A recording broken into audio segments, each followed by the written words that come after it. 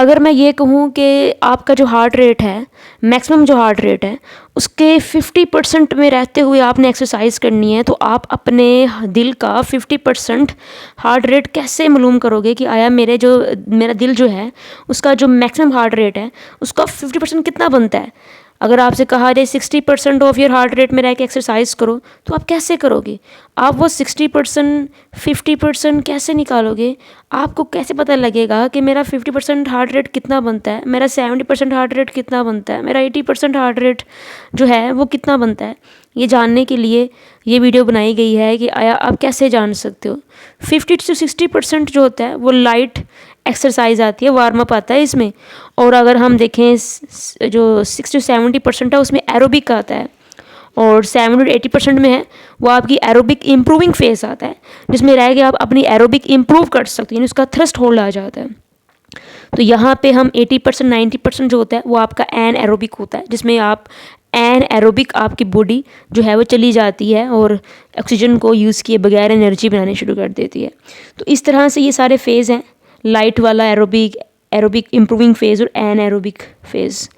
लेकिन आपको अगर ये कहा जाए कि आप अपने एग्जाम्पल, जैसे कि आपको कहा जाए कि 50 से 60% में रहते हुए एक्सरसाइज करनी है अपने हार्ट रेट में, तो आप कैसे मालूम करेंगे कि आया मेरे हार्ट रेट का जो 50-60% है वो कितना बनता है? मैं कितने बीट्स पर मिनट ट्रेनिंग करूं तो मैं जो हूँ वो 50 से 60% के बिटवीन रहते हुए ट्रेनिंग कर रही हूँ। इसके लिए क्या करना है आपको? सबसे पहले तो मैक्सिमम हार्ट रेट मालूम करना है। वो आपको पता है कि आपका जो, अगर किसी के बंदे की एज 40 ईयर्स है तो उसका मैक्सिमम हार्ट रेट मालूम करने का एक फार्मूला है 220 माइनस एज। जी, तो अगर आप 220 में से एज को माइनस करते हो, जैसे 40 एज थी तो आपके पास 180 आ जाएगा। तो ये जो 180 है ये क्या है? ये आपका मैक्सिमम हार्ट रेट है जिस बंदे की उम्र 40 ईयर्स है, यानी BPM, beats per minute. Heart rate को हम बीट्स पर मिनट में काउंट करते हैं ना, तो 180 beats per minute is a maximum heart rate of a person which age is 40 years old है। हमारे पास मैक्सिमम हार्ट रेट तो आ चुका है।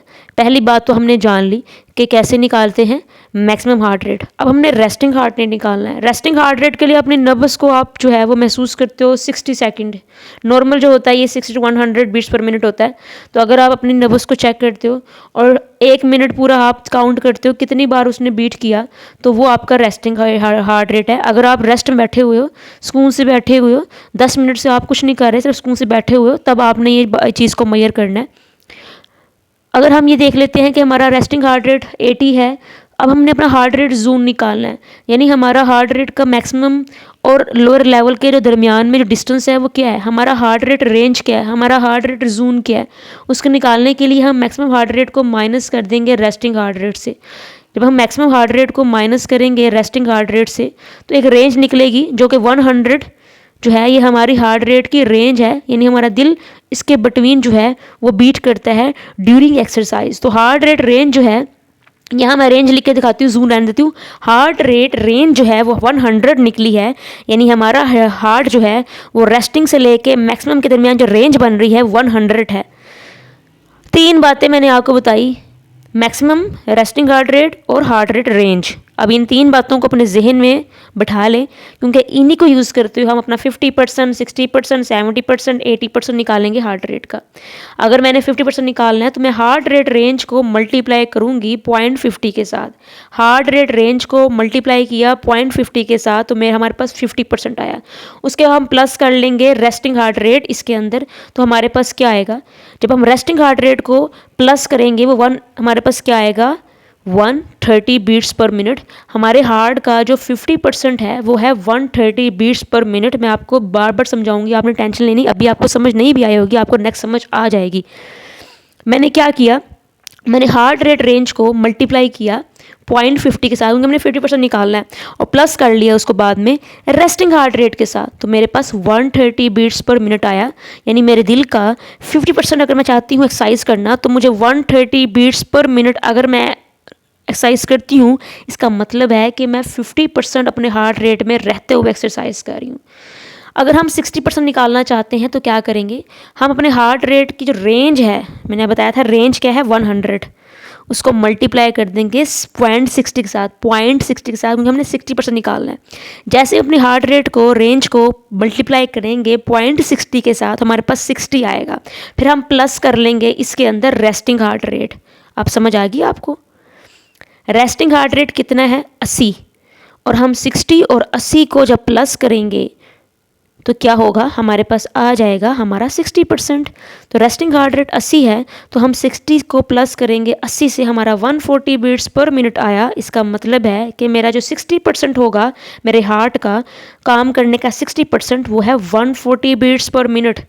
यानी अगर मैं 140 बीट्स पर मिनट ट्रेनिंग कर रही हूँ, इसका मतलब है कि मैं अपने मैक्सिमम हार्ट रेट के 60% में रह के ट्रेनिंग कर रही हूँ। ठीक हो गया? समझ आ गई आपको?